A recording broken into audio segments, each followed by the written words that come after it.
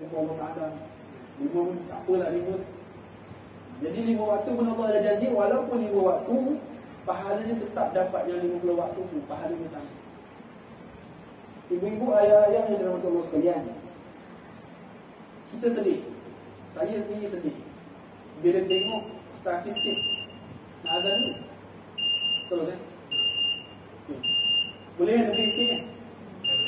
Sampai pukul 10.30 hari. Ibu-ibu tu buat sampai 10.30. Saya nak balik. Baik. Jadi kita sedih sebenarnya tengok statistik sekarang ini.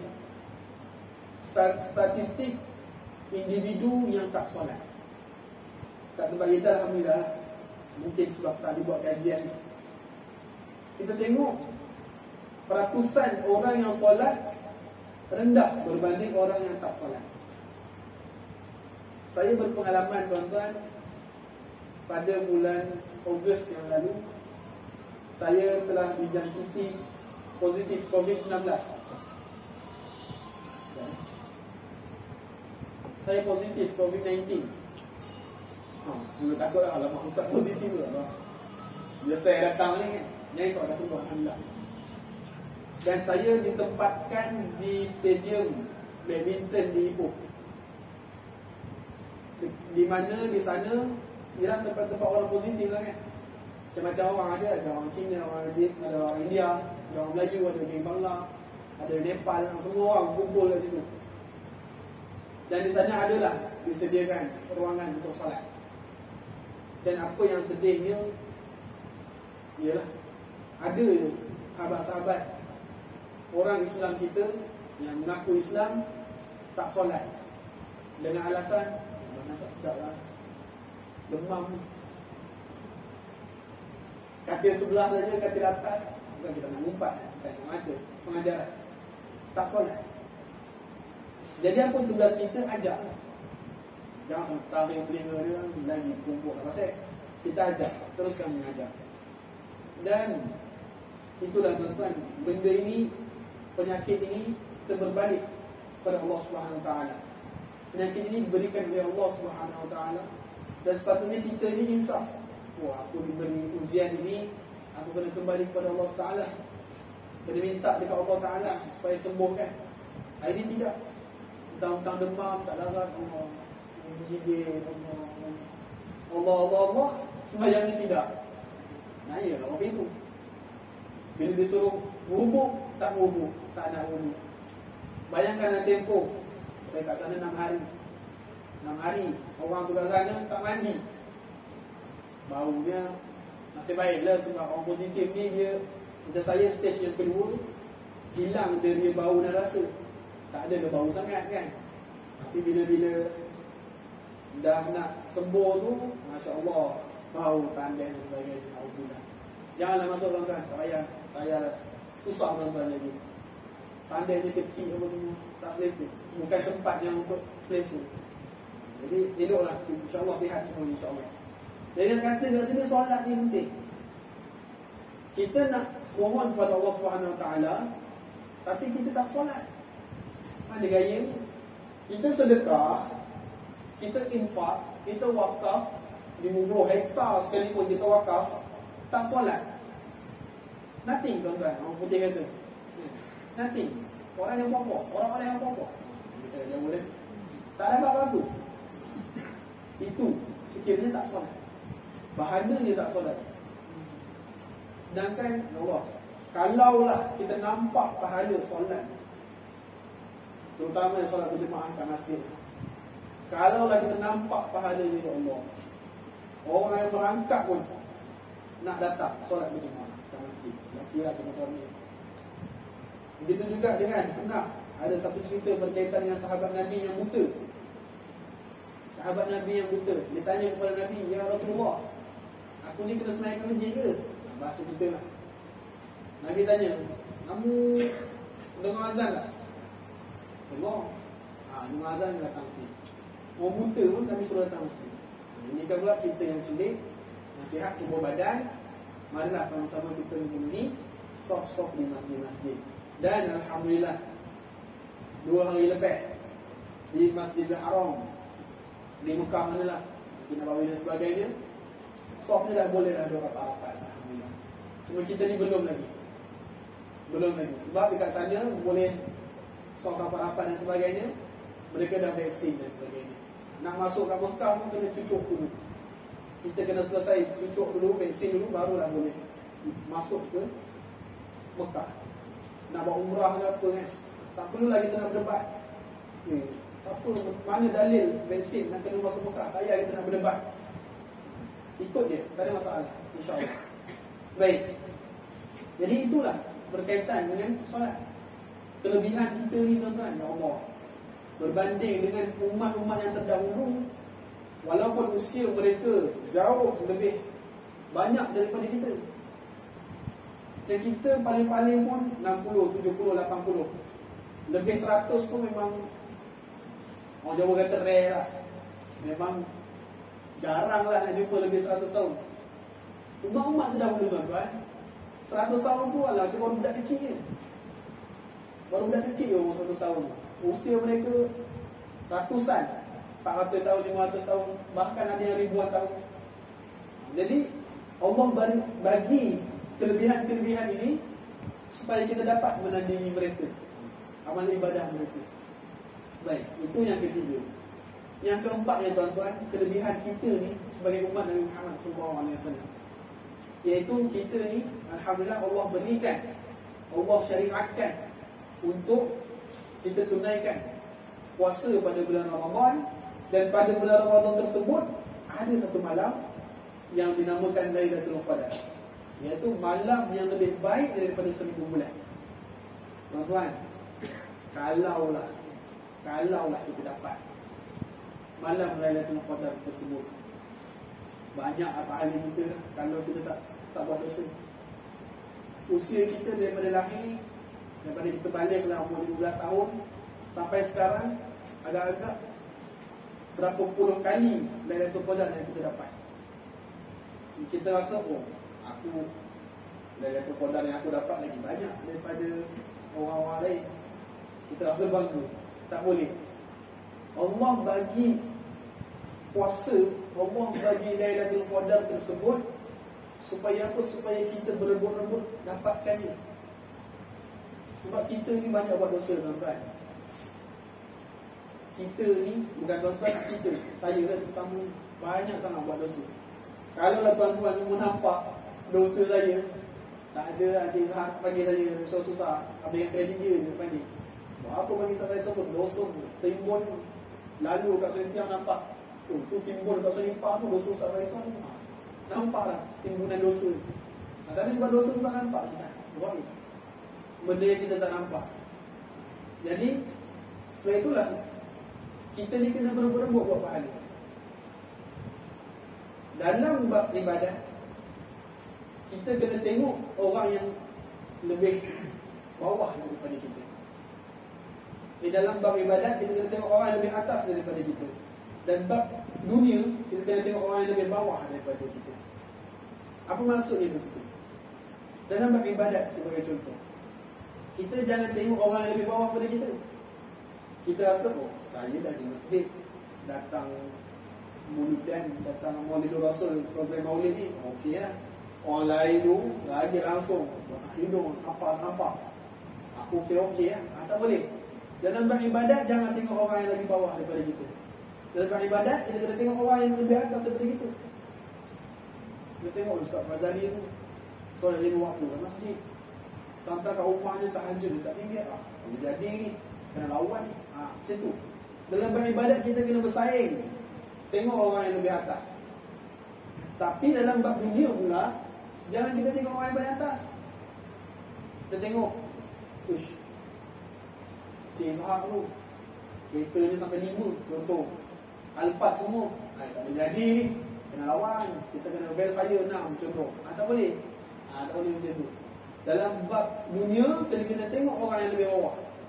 Ya Allah, aku dah bawa kereta ni, tengok orang naik motor, sialnya macam mana lah nak hantar anak dia 3 orang pergi sekolah tu, contoh.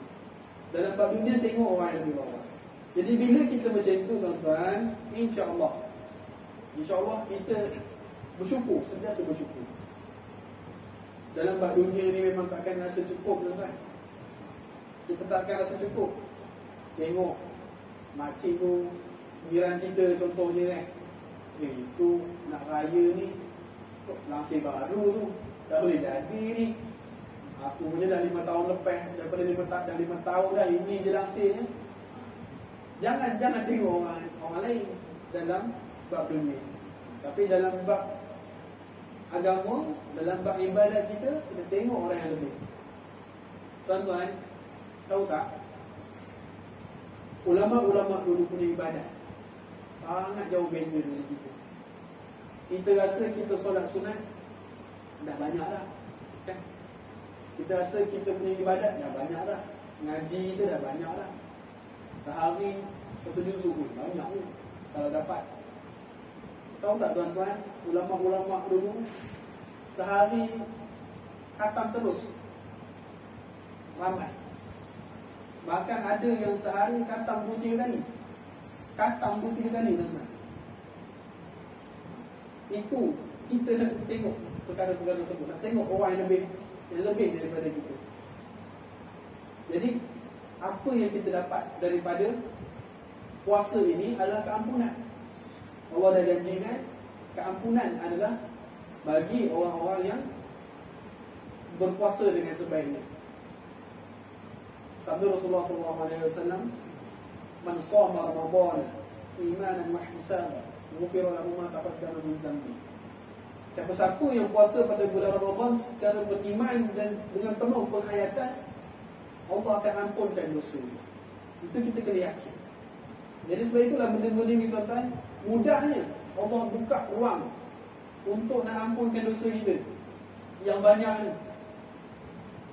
Dan alhamdulillah, dalam syariat Nabi kita, Nabi Muhammad SAW, sekiranya seseorang itu nak bertaubat, nak memohon keampunan kepada Allah Subhanahu Wa Taala, istighfar, solat, taubat, dengan syarat Allah terimalah istighfar dan solat taubat kita tu. Bahkan tuan-tuan, beruntung semudah itu nak bertaubat, semudah itu. Kalau orang Kristian, tuan-tuan, nak tebus dosa dia, kena bayar kat padri. Padri petik duit. Oh, nak dosa, nak tebus dosa, main ni RM10 contoh. Nak borang isi dosa apa yang buat, nanti pulangkan balik je borang. Nanti aku doakan kamu punya dosa dah hilang. Macam itu. Model, kena guna model nak minta hapuskan dosa ni. Sedangkan syariat Nabi Muhammad tak perlu modal tu. Bahkan ada syariat Nabi-Nabi yang terdahulu, ada yang perlu nak tebus dosa kena bunuh diri. Itu umat terdahulu, syariat yang terdahulu. Jangan kita ikut pula. Lama sekarang ni, ya Allah, banyaknya dalam statistik berkaitan dengan kematian secara bunuh diri meningkat, terutamanya ketika pandemik ini. Masing-masing tersepit, masing-masing ekonominya terjejas. Jadi bunuh diri sebagai penyelesaian tak selesai, tuan-tuan. Menyusahkan lagi ada. Satu, susah dia dekat kubur nanti nak kena jawab. Bunuh diri itu dosa besar. Ada pula anak-anak yang ditinggalkan, susah pula. Dah lah dia orang yang perlu tanggung anak-anak, dia pula bunuh diri. Siapa yang nak tanggung? Menyusahkan orang lain. Baik, itu yang keempat, berkaitan dengan apakah kelebihan ataupun apakah kehebatan kita sebagai umat Nabi Muhammad ini yang Allah berikan kepada kita. Tuan-tuan, yang terakhir, iaitu berkaitan dengan sabda, berkaitan dengan apa yang telah dinukilkan oleh Allah Subhanahu Wa Taala dalam Al-Quran, yang acap kali dibacakan oleh khatib di atas mimbar, iaitu Inna Allah wa malaikatahu yusalluna 'alan nabi ya ayyuhalladzina amanu sallu 'alaihi wa sallimu taslima. Sesungguhnya Allah dan para malaikat berselawat kepada Nabi. Wahai orang-orang yang beriman, berselawatlah kamu dan berikanlah salam kepada Rasulullah SAW. Tuan-tuan, tahu tak? Dalam banyak-banyak ibadat, hanya satu sahaja yang Allah buat, iaitu selawat. Solat, Allah tak solat. Zakat, Allah tak bayar zakat. Puasa, Allah tak puasa. Tak ada istilah-istilah ibadat-ibadat yang hamba lakukan, Allah buat, tak ada. Kecuali satu, iaitu selawat. Allah dan juga para malaikat berselawat kepada Nabi. Jadi kita sebagai orang beriman ini, Allah ajak, Allah suruh berselawat kepada baginda Nabi Muhammad SAW. Tuan-tuan, baginda Nabi Muhammad SAW ini antara gelaran adalah syafi'ul ummah. Individu Nabi yang memberikan syafaat kepada umat. Syafaat itu apa? Syafaat itu pertolongan. Pertolongan yang macam mana? Kalaulah kita nak masuk syurga Allah SWT dan pada ketika itu kurangnya amalan kita, Nabi ni lah yang nak tolong. Zaman sekarang ni bahasa kasar kita ni kabel lah, kabel. Kabel kita nak masuk syurga tu Nabi. Kita nak link kabel. Kalau kat dunia bukan main Nabi nak cari kabel. Nak masa sekolah, asrama penuh, anak kita tak layak, kita roja kawan kita yang guru besar sana, dia tolong anak aku nak masuk. Itu kabel tu, masuk ke kabel. Ada juga ada apa-apa pekerjaan yang lain, nak telefon kat guru kabel masing-masing, nak cari individu yang tertentu untuk melayakkan kita masuk ke tempat itu, ataupun menjawab sesuatu jawatan dan sebagainya. Itu kabel. Jadi kabel kita ni satu je kabel, iaitu Nabi Muhammad SAW. Jadi macam mana kaedah nak dapatkan perhatian daripada kabel kita tu? Salah satunya adalah dengan berselawat kepada baginda. Semudah itu berselawat kepada baginda, insya-Allah syafaat itu Nabi akan bagi syafaat kepada kita. Tuan-tuan, macam manalah keadaan? Contohlah kan, contoh. Kita nak minta orang tu tolong, kan?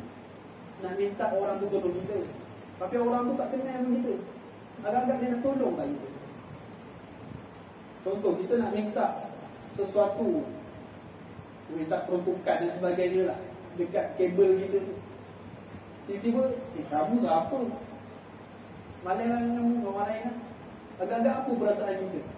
Dipencilkan, diketepikan oleh orang yang hanya dia je yang boleh bagi kabel, boleh bagi kelebihan, boleh bagi syafaat. Dan sampai kita muhasabah diri kita balik, cuba kita bayangkan. Kita bayangkan Rasulullah tak kenal kita. Bayangkan Rasulullah pinggirkan kita. Dalam ramai-ramai umat ini, yang kita ngaku kita umat Nabi, kita ikut jalan seiring dengan rombongan umat-umat Nabi di mahsyar kelak. Tiba-tiba Nabi kata, kamu siapa? Faisal, kau siapa? Kau mak aku tak pernah dengar aku selawat. Apa perasaan kita, tuan-tuan? Ya Allah, sedih, tuan-tuan.